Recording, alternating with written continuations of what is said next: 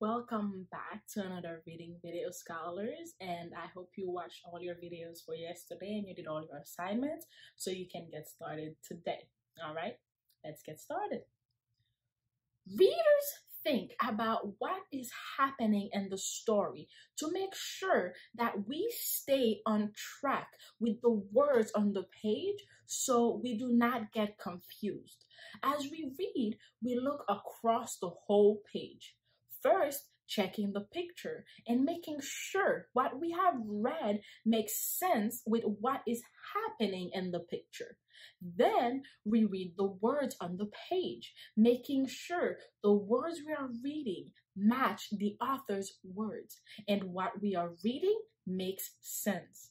We ask ourselves, do these words fit with what is happening in the story?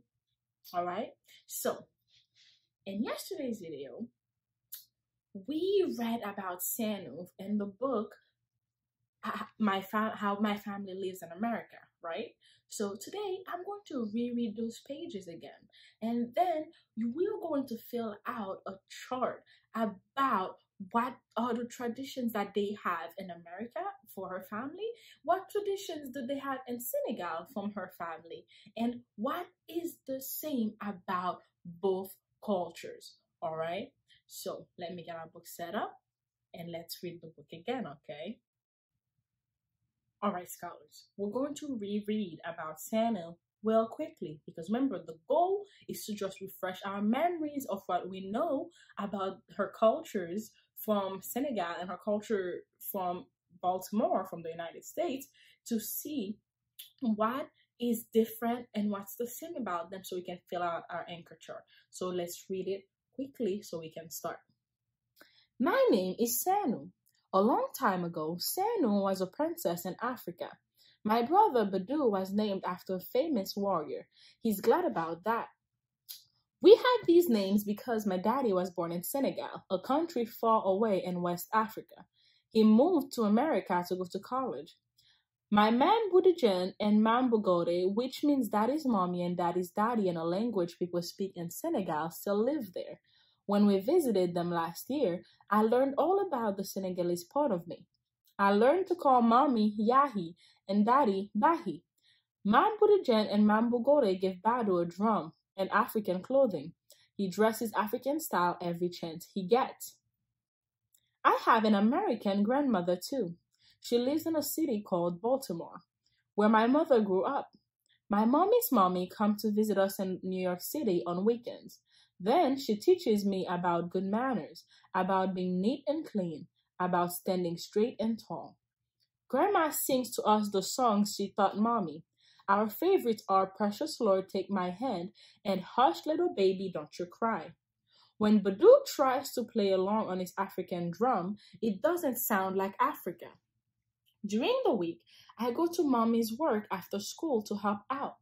The thing I like about mommy's hairdressing shop is that it reminds me of how people look in Senegal. In my daddy's village, the girls weave a kind of cloth into their braid. This is called a Senegalese twist. I'm only 5, so I'm still learning how to make a regular braid. Sometimes, Daddy picks me up after his work and takes me shopping for food. Daddy knows how to cook African style. Together, we buy carrots, cabbage, eggplant, tomatoes, yams, and cassava, a vegetable that is like a potato. Daddy likes to tease mommy. In Africa, the wife gets the food and cooks it too. You're in America now, my mommy says, laughing. For a special meal, my daddy fixes chebojan for lunch, just like his family has in Senegal. Chebojan is rice and fish and vegetables. For this meal, we invite my daddy's relatives, Fifi, Sambo, and Husane, to join us. Before we eat, we all wash our hands the way we did in my father's village. I want everyone to hurry up. In Africa, my father says, the children must be patient and wait their turn. You're in America now, I giggle. At this meal, everyone dresses like people do in Senegal. We put a cloth on the floor, not on the table, since it is the custom to eat on the ground in Senegal. Everyone eats together from one big bowl. Here's the best part: we get to eat with our hands, not with forks and spoons. Daddy shows us how to squeeze the oil out of the chibogen. While we eat, we hear stories about our parents when they were little in Senegal and in Baltimore. Mommy says how lucky we are to be African American. That's the story of Sanu. So now we're going to go on and make our anchor chart. Let me set it up and we'll get started, okay? All right. Now that we have reread the story about Sanu and her family, we are going to look at Sanu's family traditions in three different sections, all right? We're going to look at what her family traditions are as American living in New York City, what her family traditions are as Senegalese from her dad's village, and what her family traditions are for both cultures, all right? I've already gone ahead and I've filled out the chart. So I'm going to move it slowly down the list and we're going to read them one at a time. We're going to first read about what in the text tells us that's a Senegalese tradition or an American tradition, okay? So we're going to go down, we're going to fill it out, and I'm going to read it for us together, okay? So are you ready? Let's look at the traditions as Americans, right? As they live in New York City, what are the traditions that they do because they live there, all right? So the first thing we have is that as American, they speak English, right? So that was the first thing. So that's one of the family traditions. They speak English. Then the next tradition that we had, if you remember what she said her grandma taught her, she taught her lullabies, right? So they sing lullabies like Precious Lord, Take My Hand and Hush Little Baby, Don't You Cry. All right. So those are some of the traditions that she learned from her grandmother, on her mother's side, because they're American, right? So those were the traditions that she learned. Now let's look at what are the traditions that she learned from Senegal, from her dad's village as Senegalese people, right? So let's look at it.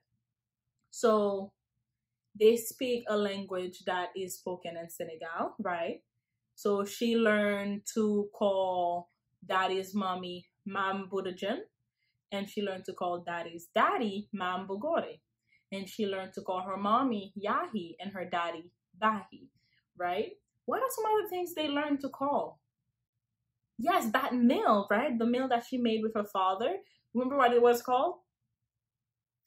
Yes, it was called TJ Budajan. So they made that. So what was it made of?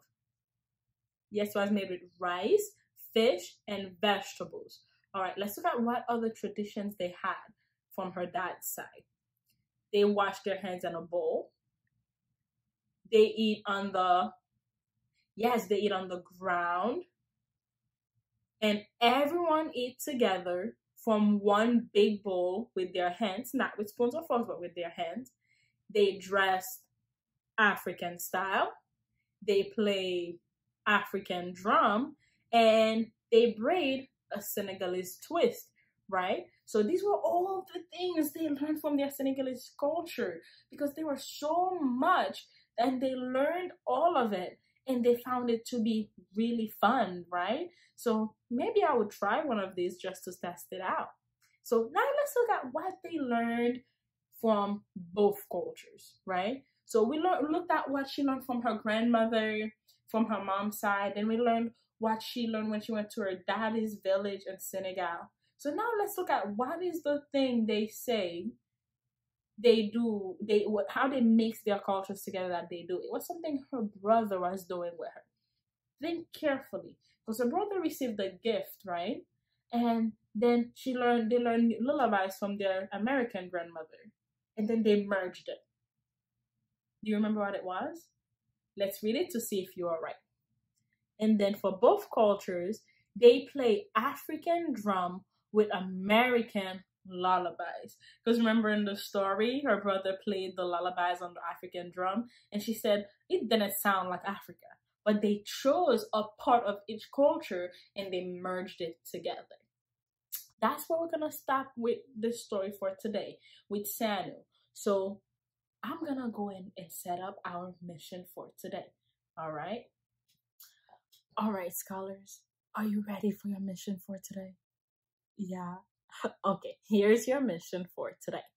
As you read on RazKids today, I want you to think about what is happening in the story to make sure you stay on track with the words and don't get confused.